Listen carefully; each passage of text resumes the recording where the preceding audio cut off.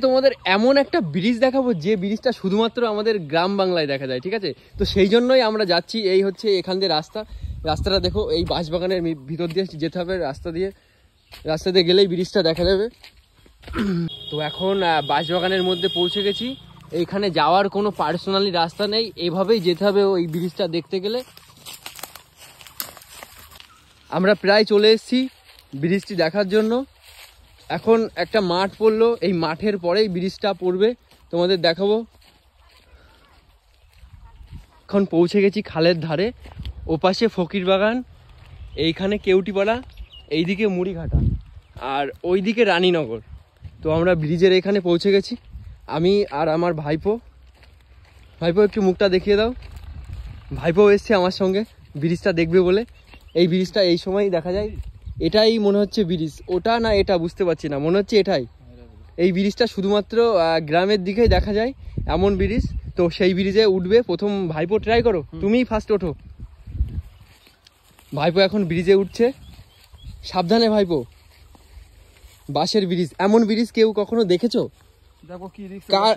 কাদের এলাকায় এমন ব্রিজ আছে অবশ্যই কমেন্ট করে জানিও, তাহলে আমরাও জানতে পারবো এরকম ব্রিজ কোথায় কোথায় দেখা যায়।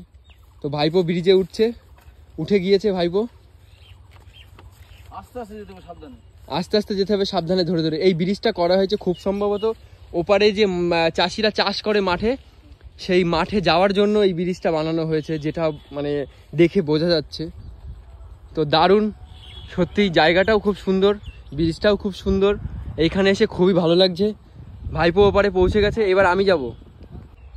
আমি এবার আসছি ব্রিজের ওপারে। তো আমি এবার ব্রিজ পার হচ্ছি ওপারে যাওয়ার জন্য। সত্যি দারুণ মজা লাগছে ব্রিজটা পার হয়ে, দারুণ ব্রিজটা ভালো, কিন্তু একটু সাবধানে যাওয়া আসা করতে হবে, না হলে রিস্ক হয়ে যাবে। বাচ্চারা একদম এরকম ব্রিজের ওপর দিয়ে যাওয়ার ট্রাই করবে না, ঠিক আছে? যারা মানে এই ব্রিজ দিয়ে অনেকদিন ধরে আসে তাদের জন্যই মানে খুবই ভালো আসা যাওয়ার দিক থেকে। চলে এসেছি আমি ব্রিজের এপারে, এটাই সেই ব্রিজ। আর এবারে দৃশ্যটা দেখি, এটাই সেই ব্রিজ। এই ব্রিজটা দেখানোর জন্যই আজকের ভিডিওটা, ঠিক আছে? আমরা এখন চলে এসেছি মাঠে, প্রচুর ধান এখন কেটে পড়ে রয়েছে, হয়তো এই ধানগুলো ওপারে নিয়ে যাবে বলেই ব্রিজটা।